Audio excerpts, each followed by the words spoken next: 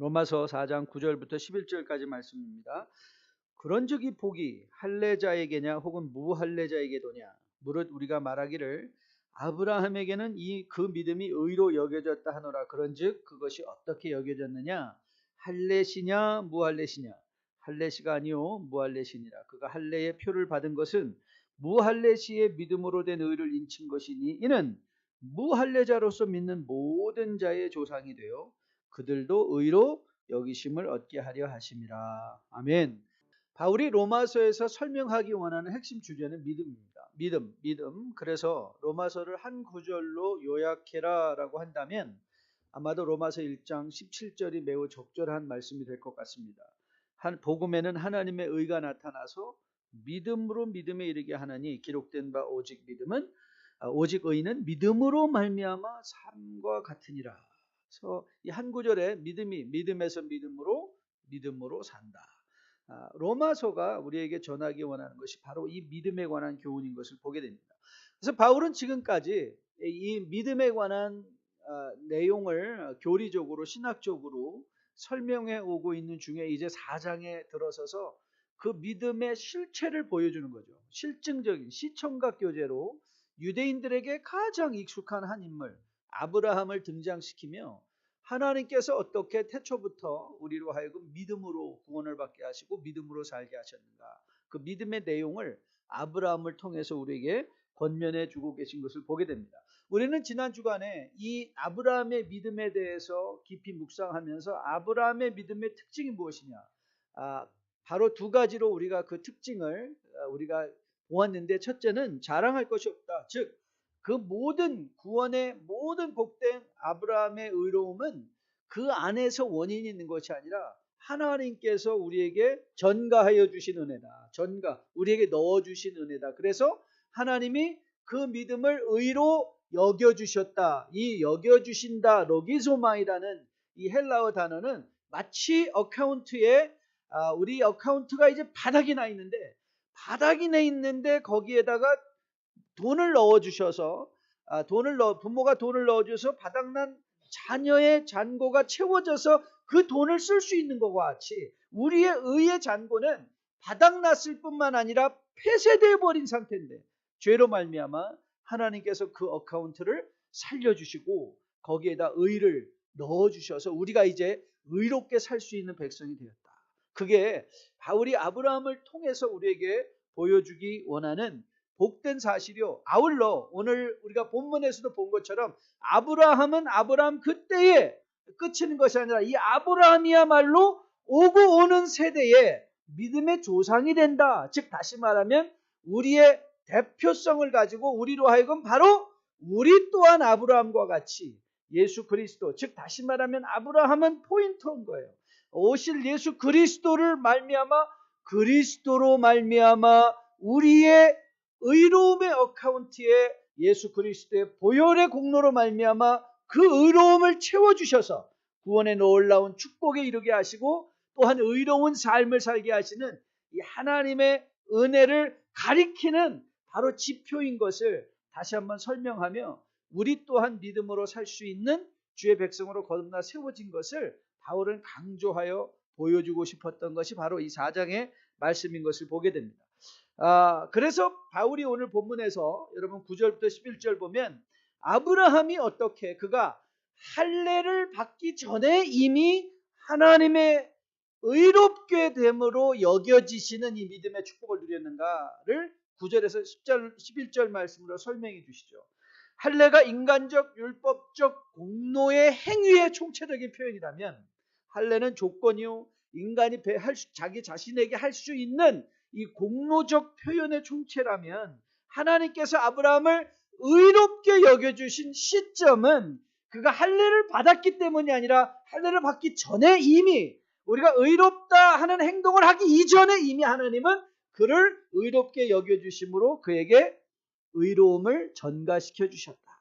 그것이 그러므로 말미암아 우리 또한 아무런 조건으로 구원받는 것이 아니라 우리 가운데 아무런 조건이 발견되어 아니한다 할지라도 바로 우리를 의롭게 여겨주시는, 우리의 죄를 보지 아니하시고 그리스도의 십자가를 통하여 우리를 보시는 하나님의 은혜로 말미암아 우리가 구원을 받게 된 이 믿음을 우리에게 소유할 것을 권면하는 이 로마서의 4장의 말씀이 여러분에게 각별하게 은혜로 다가오는 이 시간 될 수 있기를 주님의 이름으로 축복드립니다.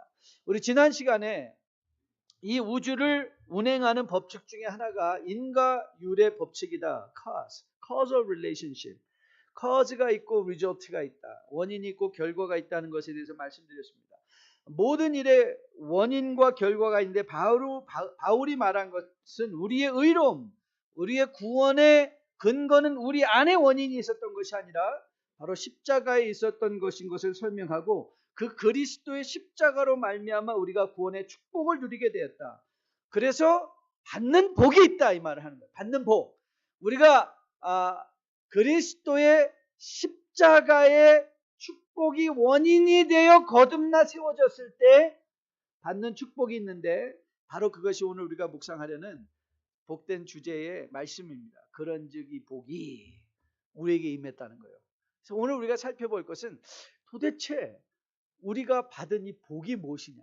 복이 무엇이냐? What is it? What is this blessing?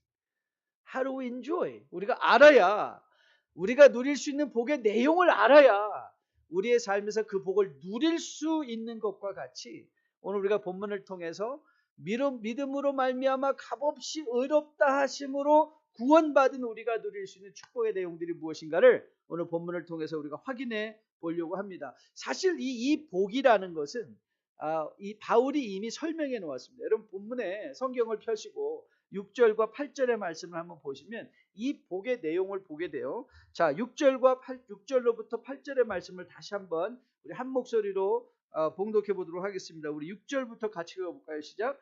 일한 것이 없이 하나님께 의로 여기심을 받은 사람의 복에 대하여 다윗이 말한 바 불법이 사함을 받고 죄가 가리어짐을 받는 사람들은 복이 있고 주께서 그 죄를 인정하지 아니하실 사람은 복이 있다 함과 같으니라. 자, 이 복이 뭐예요? 복이 이 불법의 사함을 받고 죄가 가리워짐을 받았다. 그리고 그 죄를 인정하지 않았다. 바로 이것이 바울이 말하는 이 복이죠. 일한 것이 없이 하나님께 의로 여기심을 받는 사람의 복. 자, 그러면 이제 우리가 이것을 좀 더 실제적으로 일한 것이 없이 하나님께 의로 받는 복의 내용이 뭐냐? 우리 그걸 살펴보려는 거예요. 도대체 그 복이 뭐냐? 죄가 가리워진 자의 축복이 뭐냐? 하나님이 의롭게 여기시는 자의 의롭게 여겨주심을 입은 자의 복이 뭐냐? 왜 우리가 이런 질문을 던지고 말씀을 묵상해야 하는가 하면 여러분 마태복음 13장 기억하시죠? 마태복음 13장에 주님께서 이렇게 천국을 설명해 주셨어요. 천국은 마치 밭에 감추인 보화와 같으니 사람이 이를 발견하고 숨겨놓고 돌아가서 자기의 소유를 다 팔아 그 밭을 사느니라. 또 천국은 마치 좋은 진주를 구하는 장사와 같으니 극히 값진 진주 하나를 발견하며 가서 자기의 소유를 다 팔아 그 진주를 산다. 그러니까 우리 안에 이 복을 알면 우리 안에 설렘이 있어요. 설렘. 이거를 소유하고 싶은 설렘. 이거를 누리고 싶은 설렘. 그래서 내가 세상에 어떤 것이라 할지라도 가진 것을 다 팔아서라도 이거를 소유하고 싶은 마음이 있다는 거예요. 소유하고 싶은. 언제? 그 가치를 발견하는 자들에게. 가치를 발견하는 자에게. 여러분에게 가끔 소개하는 것처럼 제가 제일 좋아하는 TV, 공영방송 PBS의 쇼 중에 하나가 앤틱 로드쇼라고 말씀드렸어요. 이 팀들이, 감정사들이 한 지역을 방문해서 큰 체육관을 빌려서 사람들에게 당신 집에 썩어 정말 사용하지 않는 고물들을 가져오십시오. 그럼 우리가 감정해 드리겠습니다. 그러면 정말 아무도 귀하게 여기지 않고 이 다락 속에 내팽개져 있던 것들을 가져와서 그 감정사들이 그걸 보고 이게 얼마인 줄 아시냐고, 이게 얼마나 어디서 났냐고, 누구 거였냐고, 어떻게 구입했냐고 하면서 나중에 이것이 10만 불입니다. 이것이 10,000 불입니다. 이것이 몇천 불짜리입니다. 그랬을 때 사람들이 그 눈이 떠지죠. 와우, 이렇게 중요한 것을 내가 몰랐다니. 여러분, 우리가 복의 내용을 모르면 마치 이와 같은 거예요. 장님과 같아지는 거예요. 장님과 같아져서 우리가 정말 보고 즐거워야 될 것은 즐기지 못하고 우리가 즐거워하지 말아야 될 것을 즐거워하는 어리석음 속에 빠지게 된다는 것이에요. 저는 오늘 아침에 여러분과 저가 성도가 믿음으로 의롭다 함으로 여기심을 받았기에 누릴 수 있는 축복의 내용을 잘 이해함으로 말미암아 늘 하루하루를 살아가며 여러분 앞에 펼쳐지는 인생 속에 이 설렘, 이야 하나님이 오늘도 이렇게 나와 함께 하시는구나, 이 설렘의 축복을 가지고 살아낼 수 있기를 주님의 이름으로 축복드립니다. 자, 그러면 가장 먼저 이 복이 우리에게 삶에 하는 일이 무엇일까? 가장 먼저는요, 우리에게 주는 축복은 과정에 충실하게 하는 복입니다. 과정에 충실하게 하는 복. 자, 이 말의 의미가 뭔가? 은혜로 얻게 하신 그 의로 말미암아 우리는 이제 더 이상 우리의 맨 마지막에 인간의 궁극적 심판 끝을 염려하지 않아도 되는 자가 되었다는 거예요. 즉 끝을 보장받고 있는 사람들이다. 여러분과 저는 이 믿음으로 의롭다 여겨주시는 하나님의 이 의로 말미암아, 이 구원으로 말미암아 이제 마지막 심판에 대한 자신감을 갖고 있기에 더 이상 죽음을 두려워하지 않는 존재들이 되었다는 거예요. 그러면 어떤 일이 일어나는가? 과정에 충실하게 되죠. 여러분, 우리에게 아주 놀라운 말씀의 선포인 고린도전서 15장, 부활장으로 유명한 장입니다. 그 부활장으로 유명한 장에서 바울은 성도가 부여받고 있는 이 자신감을 이렇게 설명합니다. 사망아, 너의 승리가 어디 있느냐? 사망아, 내가 쏘는 것이 어디 있느냐? 사망에 쏘는 것은 죄요, 죄의 권능은 율법이라. 우리 주 예수 그리스도로 말미암아 우리에게 승리를 주시는 하나님께 감사하노니, 그러므로 내 사랑하는 형제들아, 견실하며 흔들리지 말며 항상 주의 일에 더욱 힘쓰는 자들이 되라. 이는 너의 수고가 주 안에서 헛되지 않은 줄 압니다. 이 놀라. 여러분, 이 말에 우리에게 너의 끝이 보장되어 있기에 견실하고 흔들리지 않으며 항상 주의 일에 힘쓰는 자들이 되는 것 뭐예요? 과정에 충실하는 자들.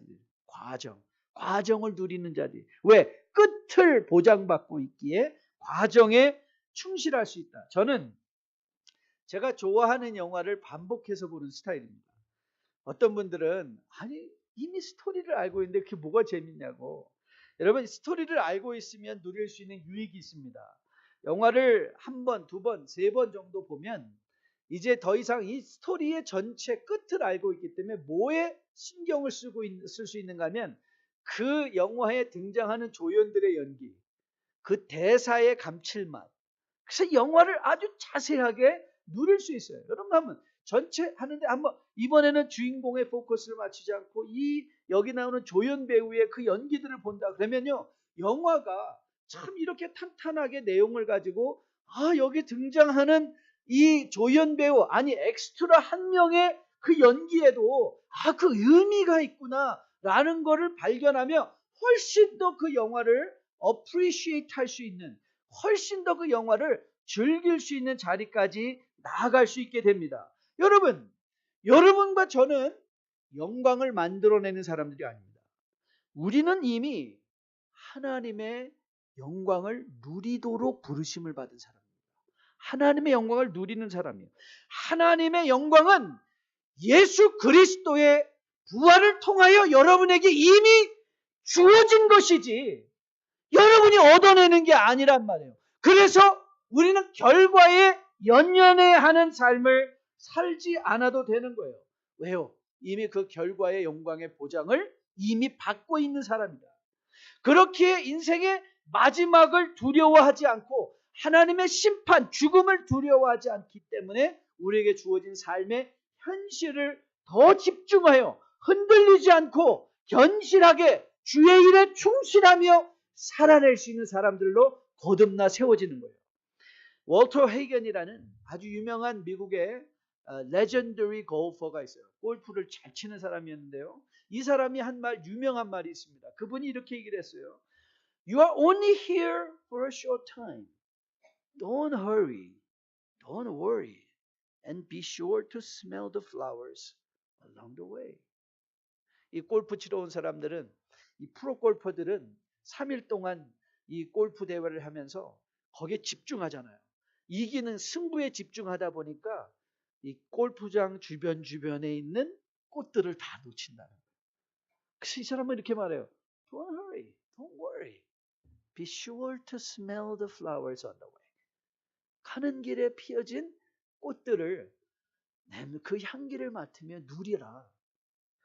자, 여러분은 여러분의 여정 중에 인생에 피어있는 꽃들의 향기를 맡고 지금까지 오셨습니다. Are you smelling the flowers? Are you smelling the flowers? 아직도 여러분이 혹 세우는 물질적, 권력적 인생의 목표가 전부이며 앞만 보고 달려가고 있는 것은 뭐합니까?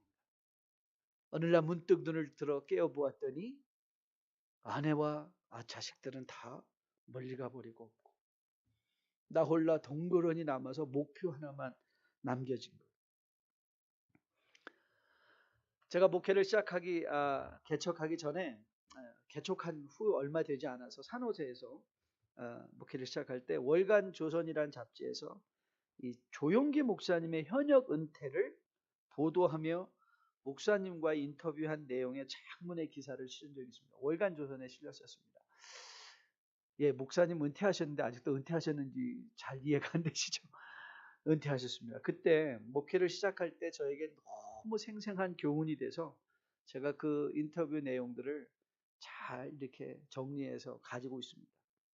인터뷰에서 목사님께서는 목회를 하시면서 거의 교회에서 머물고 기도하시며 집에는 그러니까 기도하러 들어가면 주중에는 전혀 집을 못 들어가시는 거예요. 전혀 집을 들어가지 못하시고 주일날 잠시 아침에 들어가서 옷만 갈아입고 나오시고는 하셨다고 말씀하셨습니다. 그래서 세계에서 가장 큰 교회를 이루셨습니다. 그런데 여러분, 세계에서 가장 큰 교회를 이룬 것의 의미가 뭘까요? What does it mean that you have a biggest church in the world? 목사님께서 인터뷰 내용 중에 아들의 고백을 이렇게 회고하셨습니다. 아들이 이렇게 말했다고요. 아버지에게 이렇게 말했대요. 나는 목사 조용기는 알아도 아버지 조용기는 모릅니다. 그리고 말씀하셨어요. 자기는 한 번도 아들과 여행을 갔다 온 적이 없습니다. I never took a trip with my sons.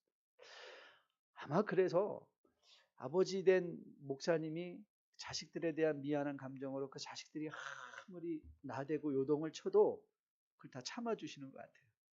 그 아이들이 어렸을 때 하지 못한 일에 대한 보상을 해주는 것 같이. 맞습니다. 인간적인 눈으로 볼 때는 놀라운 영광, 그렇지만 그 영광의 뒤안길에서 우리는 좀 씁쓸합니다. 자식들의 각종 스캔들과 더불어 깨끗하게 마무리되지 못하는 교회 사역들을 보면 마음이 아쉽고 안타깝습니다. 여러분, 하나님은 여러분을 통해서 더 많은 영광을 받으시는 분이 아닙니다. 하나님은 이미 영광에 충만하신 분이십니다. 여러분과 저가 아니더라도 하나님은 하나님이시고 하나님은 이 우주의 모든 것을 통해서 영광받고 계신 하나님이십니다. 그렇게 우리가 하나님의 영광에 더할 것이 없습니다. 우리의 가치는 이미 부활하셔서 하나님의 우편에 앉아 계신 영광의 그리스도가 여러분의 가치고 저의 가치입니다. 그래서 여러분은 이제 더 이상 세상의 영광을 얻기 위해 앞만 보고 달려갈 필요가 없습니다. 아니, 그렇게 하시면 안 됩니다. 세상의 영광을 기꺼이 포기하더라도 마치 바울이 그러므로 내 사랑하는 형제들아 견실하며 흔들리지 말고 항상 주의 일에 더욱 힘쓸 수 있는 그 마음의 동기는 어디서 오는가? 너의 수고가 헛되지 않는다. 우리의 수고가 헛되지 않음을 어떻게 아는가? 아니, 내가 세상에서 벌 수 있는 돈을 포기하고 세상에서 지금도 사업의 문을 열고 내가 비즈니스를 하면 더 벌 수 있는데, 아니 내가 무슨 영광을 보자고 이렇게 자원봉사하며 하나님 나라를 섬기고, 아니 내가 무슨 영광을 보자고 자녀들과 이 지역사회의 어려운 형제자매들을 위하여 돕는 시간을 내가 보내야 되는가? 왠지 아십니까? 우리는 이미 영광의 그 모든 축복을 받은 사람이기 때문에. 그래서 우리는 hurry 하는 게, 인생을 hurry up 하는 게 아니라 sometimes slow down and enjoy flowers. 앞만 보고 서둘러 달려가는 것이 아니라 slow down, enjoy your wife, enjoy your husband, enjoy your children. 각박하게 돈 벌기 위해서만 사는 게 아니라 서로를 기뻐하고 서로를 즐거워하고 서로를 누릴 수 있는, 자녀도 누릴 수 있고 자녀가 부모를 누리고 부모가 자녀를 누리고 남편이 아내를 누리고 아내가 남편을 누릴 수 있는 그런 삶을 살 수 있는 거예요. 금방 캄보디아 단기 선교에서 아주 귀한 선교사님을 한번 소개해 받았습니다. 이 부부가 치과 의사셨는데 캄보디아 사역을 뉴라이프가 시작하던 시기에 거의 같이 시작을 하셨어요. 그러니까 2007년이죠. 우리 뉴라이프 어소시에이션이 캄보디아 집중 선교하기 시작한 것이 2007년이었는데 그 선교사님 가정도 같은 때에 캄보디아 사역을 시작하셨습니다. 함께 식사를 나누면서 한국 사람이 꼭 하는 게 있죠. 나이 맞춰보는 거예요.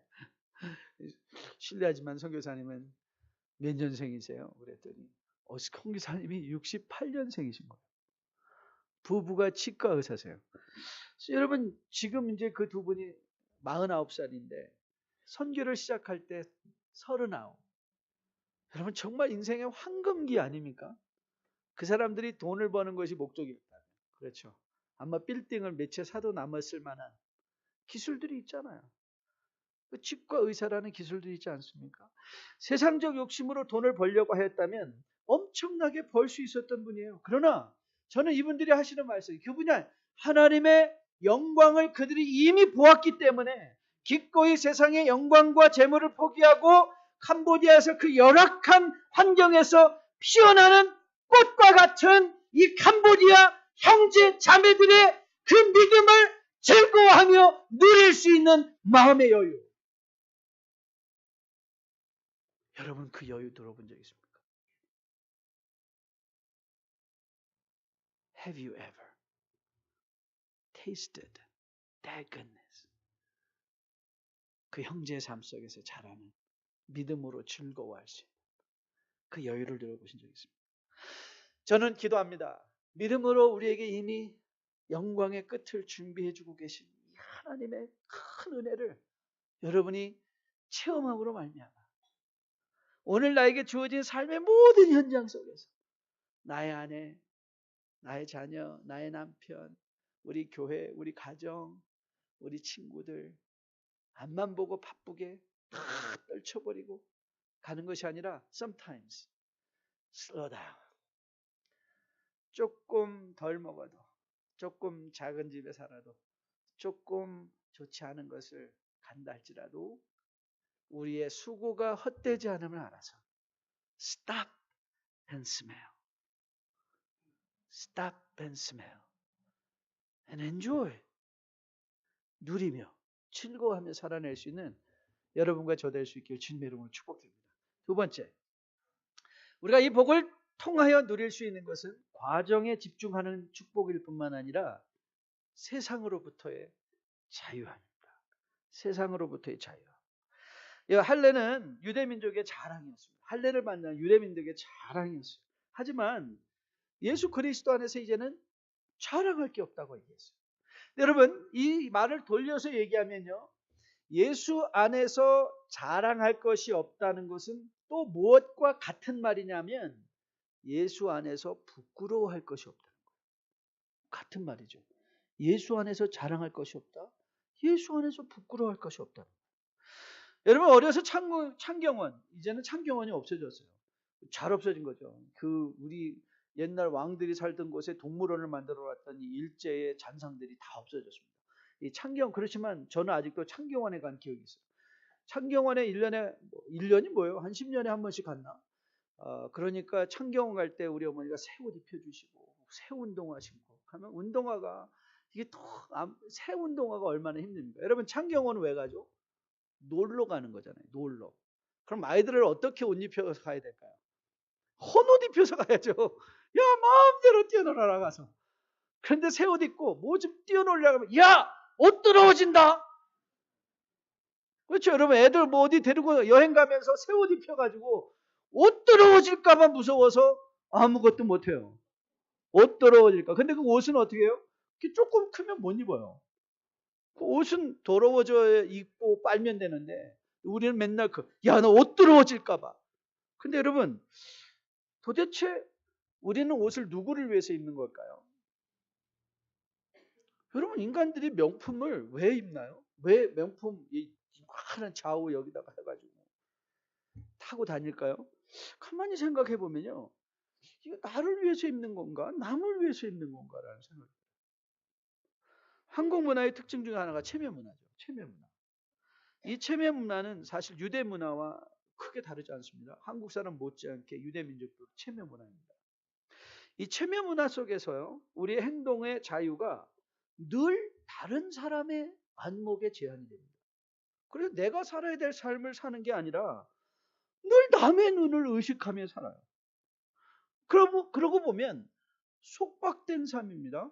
아니 교회 안에서도 이렇게 속박된 삶 사는 사람이 많습니다. 남의 눈이 무서워서 뭘 못하고 남의 눈이 무서워서 뭘 하고 그런 분들 많습니다. 그래서 남의 눈에 의식하는 사람들의 특징이 뭐냐면요. 늘 불안해합니다. 그리고 늘 짜증냅니다. 하나님 나라 일하면서 늘 짜증내요. 왜 나 안 알아주냐고.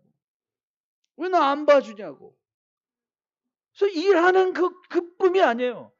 기쁨이 아니라 그냥 이 일을 하는 게 아니라 내가 옷을 입는 게 아니라 내가 이 옷을 즐거워하는 것이 아니라 남이 바라보는 그 시선을 즐거워하는 거죠. 그런데 남의 시선을 바라보니까 즐거운데 안 바라보면 짜증나죠. 원망하죠. 불평하죠. 저는 바울의 이 위대한 선언을 참 좋아합니다. 바울이 갖고 있던 자기 정체의식이에요. 한번 들어보실래요? 고린도전서 9장인데요. 내가 모든 사람에게 자유하나 스스로 모든 사람의 종이 된 것은 더 많은 사람을 얻고자 합니다. 유대인들에게는 내가 유대인같이 된 것은 유대인들을 얻고자 하며 율법 아래 있는 자들에게 내가 율법 아래 있지 아니하나 율법 아래 있는 자같이 된 것은 율법 아래 있는 자들을 얻고자 하며 율법 없는 자에게는 내가 하나님께는 율법 없는 자가 아니요 도리어 그리스도의 율법 아래 있는 자이나 율법 없는 자와 같이 된 것은 율법 없는 자들을 얻고자 함이라. 약한 자들에게는 내가 약한 자와 같이 된 것은 약한 자를 얻고자 함이라. 내가 여러 사람에게 여러 모습이 된 것은 아무쪼록 몇 사람이라도 구원하고자 함이니 내가 이 복음을 위하여 모든 것을 행하면 복음에 참여하고자 함이라. 여러 사람에게 여러 모습이 된다. 이 자유함 아닙니까? 남의 눈을 의식하지 않는다. 여러 사람에게 여러 모습이 된다. 부하든 가난하든 삶의 어떤 형편에도 바울을 속박할 수 없는 그리스도의 자유함이 있었습니다. 그런데 이 자유함은 단지 바울의 것만 아니라 여러분의 것이고 저의 것이라는 거예요. 제가 요즘 많이 기도하며 묵상하는 질문 중에 하나가 뭐냐면 나는 나의 가치를 어디서 발견하는가요? Where do I find my worth? 내 인생의 가치를 어디서 발견하는가? Where do I find my worth? 나의 가치. 제가 여러분에게 고백한 것처럼 분명히 제가 젊어서는 목사로서 저의 가치가 교회 사이즈에서 오는 줄 알았어요. 그래서 교회가 크면 내가 위대해지는 것 같고 교회가 적으면 내 자신이 초라해지는 것 같았어요. 교회 사이즈가 적으면 내 믿음이 적은 것 같고 교회 사이즈가 크면 믿음도 좋은 것 같아 보였어요. 아마 이런 건 별로 다르지 않을 거예요. 내가 돈을 많이 벌면 내가 좀 위대해 보이는 것 같고 돈의 가치를 가진 사람은 그렇지 않습니까? 내가 좀 많이 벌면 내가 뭐 좀 잘난 것 같고 없으면 초라하게 보이고 코가 석자나 빠지고 마치 믿음이 좋은 것 같고 돈 번 사람은 믿음이 좋은 것 같고 돈 없는 사람은 믿음이 없는 것 같은 그런 자괴감과 열등감에 시달리는 거죠. 그런데 저는 바울을 묵상하면서 새로운 사실을 깨닫게 됐어요. 그 새로운 사실이란 여러분에게 누차 여러분이 꼭 기억하셔야 될 말씀이라고 생각하는데, 바울은 한 번도 종에게 너 빨리 예수 믿었으니까 이제 종의 자리에서 벗어나 상전되라고 한 적 없다는 거 아시죠? 한 번도 상전에게 종에게 너 팔 잡혀서 너도 이제 돈 벌어서 너 예수 믿었으니까 좀 떵떵거리고 종 부리고 살아라, 그게 믿음의 목표가 한 번도 된 적이 없죠. 그는 오히려 이렇게 말했어요. 내가 종이냐? 예수 믿는 종답게 한번 종다운 종이 되어봐라 그랬어요. 왜 그랬을까요? 예수 믿는 종에게는 더 이상 그의 인생의 가치가 내가 종이냐 아니냐에 달려있는 것이 아니라 이미 그 가치가 예수 그리스도 안에 있다는 거예요. 그리스도가 내 인생의 가치가 된 거예요. 그리스도가. 그래서 저는 이제 확실히 알았어요. 내 인생의 가치는 교회의 크기가 아니라 죄인된 나를 사랑해 주신 예수 그리스도 안에서 내 인생의 가치가 있는 거예요. 제 인생이 귀합니다. 제 인생이 왜 귀한 줄 아세요? 예수 그리스도가 저 같은 죄인을 위하여 십자가에 달려 죽어주셨기 때문에. 여러분의 인생이 귀합니다. 여러분, 우리 교회에 속한 한 분 한 분이 다 귀한 분입니다. 왜 귀한 줄 아십니까? 예수 그리스도께서 여러분을 사랑하사 기꺼이 십자가에 달려 죽으셨기 때문에 그 십자가의 보혈로 여러분의 인생의 가치는 결정이 됩니다. 그래서 이제는 저는요, 아무리 작은 교회 목사님을 만나도 그분과 함께 동등한 자리에서 함께 즐거워할 수 있고 그분을 통해서 배울 수 있고 그분을 격려할 수 있고 존경할 수 있게 됐고, 아무리 큰 교회 목사님을 만난다 할지라도, 물론 만날 기회도 별로 없지만 혹 만나게 된다 할지라도 비굴하게 내 자신을 지나치게 낮출 필요가 없다는 걸 알게 됐어요. I am who I am in Christ. 아무리 많이 가진 자 앞에서도 내가 주눅들 필요가 없고, 아무리 적게 가진 자 앞에서 교만 떨 필요 없고, I can be who I am at all times. 그리스도 안에서 믿음으로 말미암아 의롭다함을 여김을 받아 항상 그 주님과의 관계를 즐길 수 있는 나 자신을 발견할 수 있는 거예요. 맨날 사람들의 눈이 무서워서 여기 도망치고 이 말이 무섭고 저 말이 무섭고 이 생각이 무섭고 그래서 늘 피어다니고 도망치는 인생이 아니라 내 인생을 기꺼이 약하면 약한 대로, 강하면 강한 대로, 부자는 부자로 즐거워할 수 있고 약하면 약한 대로 즐거워할 수 있고 내 약함도 자랑할 수 있는 그 자유함. 저는 우리 뉴라이프에 속한 주의 백성들이 이 자유함을 꼭 누릴 수 있게 되기를 주님의 이름으로 축복드립니다. 그리스도 안에서 발견된 그 가치, 이것이 믿음으로 의롭다함을 얻은 자의 축복입니다. 마지막은요, 마지막 축복은 굉장히 중요한 건데요, 나를 용서할 수 있는 축복입니다. 내가 나를 용서하는 거예요. 지난주 노컷 뉴스라는 인터넷 신문에서 이 한국 현 국정농단의 주역으로 지목받고 수사받고 있는 이 최순실 씨 그리고 그 딸 정유라 씨의 심리 상태를 분석한 심리학자 김태형 박사의 글이 실렸습니다. 김태형 박사는 이들의 심리 상태를 이렇게 분석했어요. 제가 기사를 조금 읽어드리겠습니다. 한번 들어보십시오. 인간이 지녀야 할 가장 기본적인 소양은 사람을 사랑하는 것이다. 그런데 이제 구어체를 썼기 때문에 그대로 읽어드립니다. 이 정권과 관련된 사람들에게는 그것이 없어요. 예를 들어 비선실세 최순실이 자기 딸 정유라를 사랑했는지 분석할 때 저는 아니라고 말합니다. 최순실은 정유라를 명문대에 부정 입학시키는 식으로 자기 과시를 위한 도구로 딸을 활용했어요. 널리 알려진 대로 정유라가 엄마 최순실에게 불량한 태도를 보인 이유 역시 도구로 육성됐기 때문이죠. 평소 부모에게 사랑받고 자라온 자녀는 그렇게 하지 못합니다.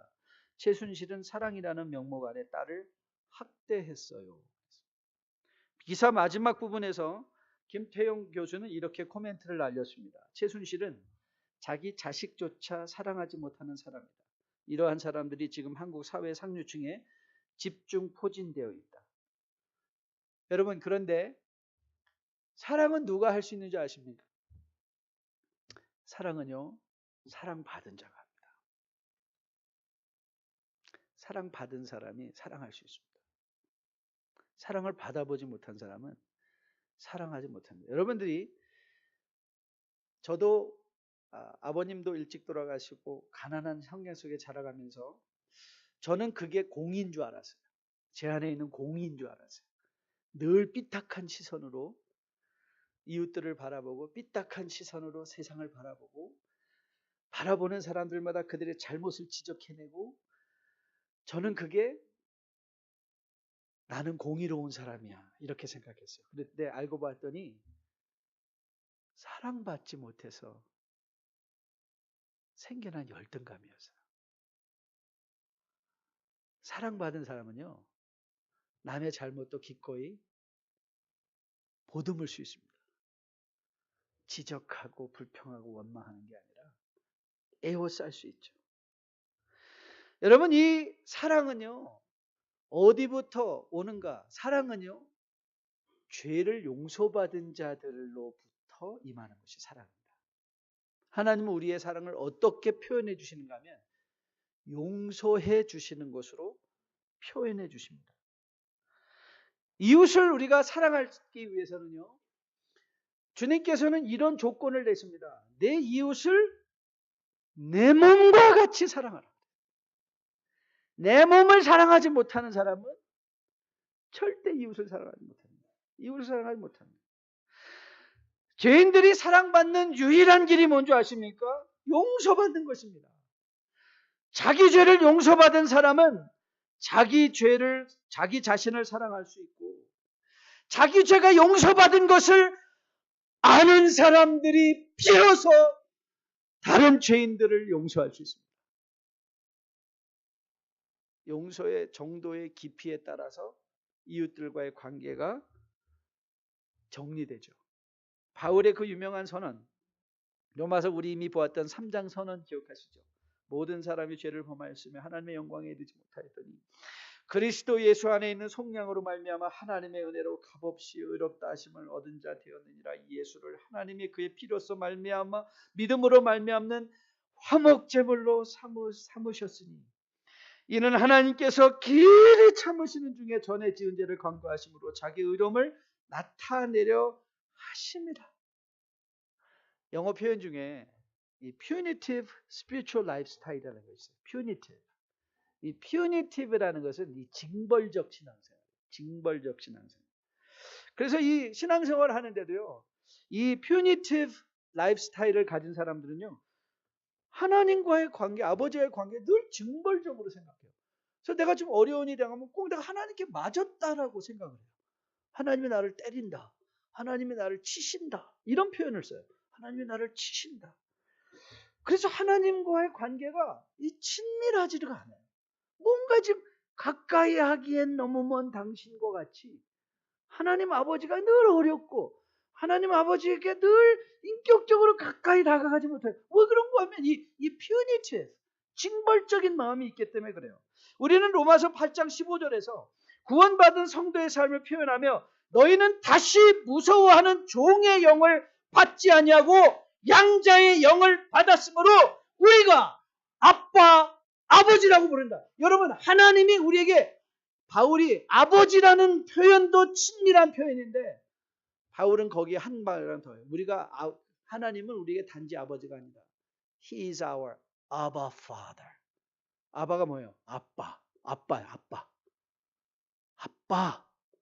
인간이 아버지에 대해서 가장 친밀하게 말할 수 있는 게 뭔지 아세요? 아빠예요. 여러분, 우리가 지나치게 인간관계 속에서 지나치게 징벌적인 사람들이 있어요. 맞아야 돼. 대가를 치러야 된다. 우리가 인간관계 속에서 우리가 지나치게 공의와 정의를 따지면서 선을 가르는 경우가 많이 있어요. 인간관계에서 뭔가 온화하고 따뜻함보다 뭔가 선을 갈라야 되는 그런 마음을 가진 분들이 있어요. 가만히 돌아보면 저를 포함해서 제가 보면 저는 하나님 아버지를 친밀하게 느꼈던 적이 없던 것 같아요. 제가 왜 아버지 학교를 이렇게 힘들고 어려운데 그 강의를 뛰어 나가는가? 제가 아버지 학교를 통해서 그 아버지와의 친밀함을 회복했기 때문에 그래요. 아, 하나님이 정말 나의 아빠시구나. I can bring anything to him. 여러분 시편을 보세요. 시편 기자들이 they're taking everything about their lives to God. 하나님 앞에 다 가지고 나가는 그 마음의 어려움, 힘듦, 이 모든 걸 아버지 앞에 내어놓고 아버지, 저 책임져 주세요. 그런데 이 사랑을 받지 못한 사람은요, 자꾸 자기가 책임을 지려고. 내가 책임져 보겠다. 하나님 앞에서도 하나님, 동아리 거기 계세요. 아우도 마사. 물론 영적인 인디펜던스를 갖는 건 매우 중요해요. 하지만 하나님과의 관계 속에서, 사랑의 관계 속에서는요, 영적인 인디펜던스가 아니라 끊임없는 사랑의 디펜던스가 있어요. 사랑의 디펜던스. 하나님, 나는 하나님이 아니면 아무것도 할 수 없습니다. 그런데 하나님이 함께 하시면 모든 걸 다 할 수 있습니다. 그 하나님의 임재의 친밀함은 어디서 오는가? 바로 사랑이에요. 용서받은 거예요. 하나님이 우리를 의롭다 여겨주시며 우리에게 은혜를 베푸심, 그 은혜를 깨닫는 자는 내가 용서받은 죄인이구나. 그래서 뭐를 할까요? 나를 용서할 수 있어요. 나를 용서할 수 있다는 거. 저는 그걸 깨닫고 얼마나 신앙의 자유가 아닌지 몰라요. 자기를 하나님 앞에 여러분의 과거, 마치 이 정오에 물들어온 여인이 자기가 자기 자신을 용서하지 못했기 때문에 그는 아무도 오지 않는 이 정오에 물을 들어온 거예요. 12시에 그 물을 들어오는 게 너무 두려웠어요.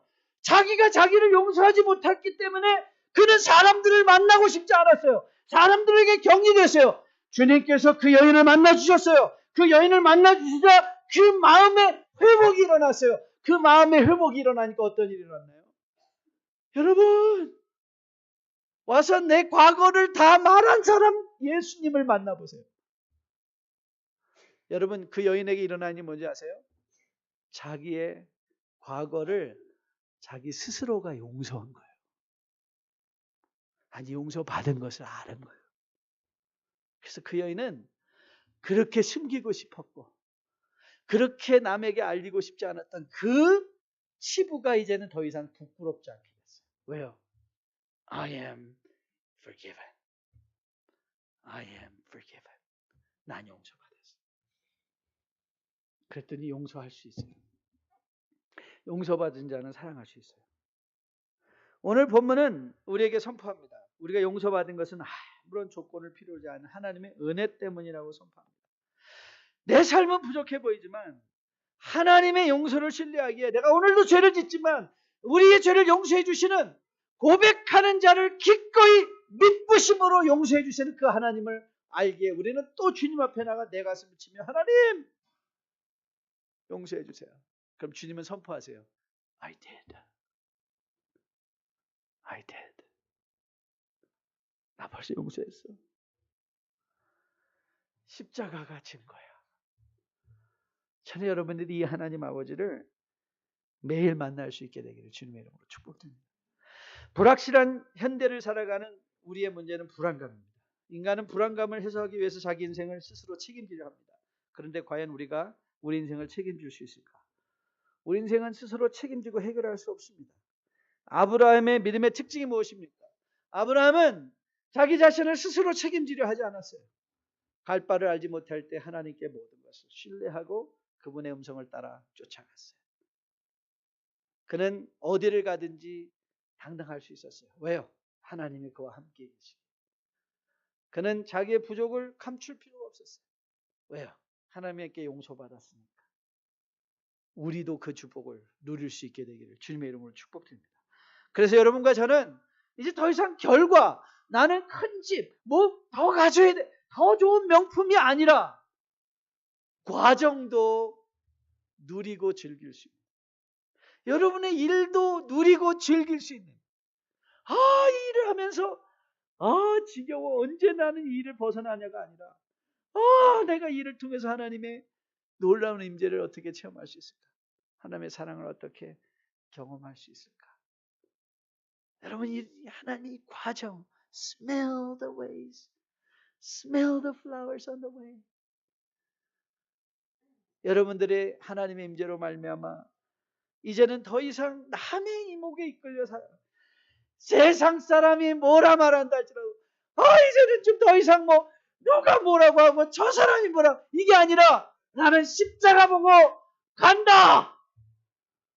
하나님이 나와 함께 하시기에 나는 자유하다. 그 자유함을 가지고 이웃도 바라볼 때 용서할 수 있고, 사랑할 수 있고, 자기 자신도 용서할 수 있는 여러분과 저가 돼서 이 믿음으로 의롭게 여기심을 받는 축복을 누리며 살아낼 수 있는 여러분과 저 될 수 있기를 주님의 이름으로 축복드립니다. 주 약속 안에서 내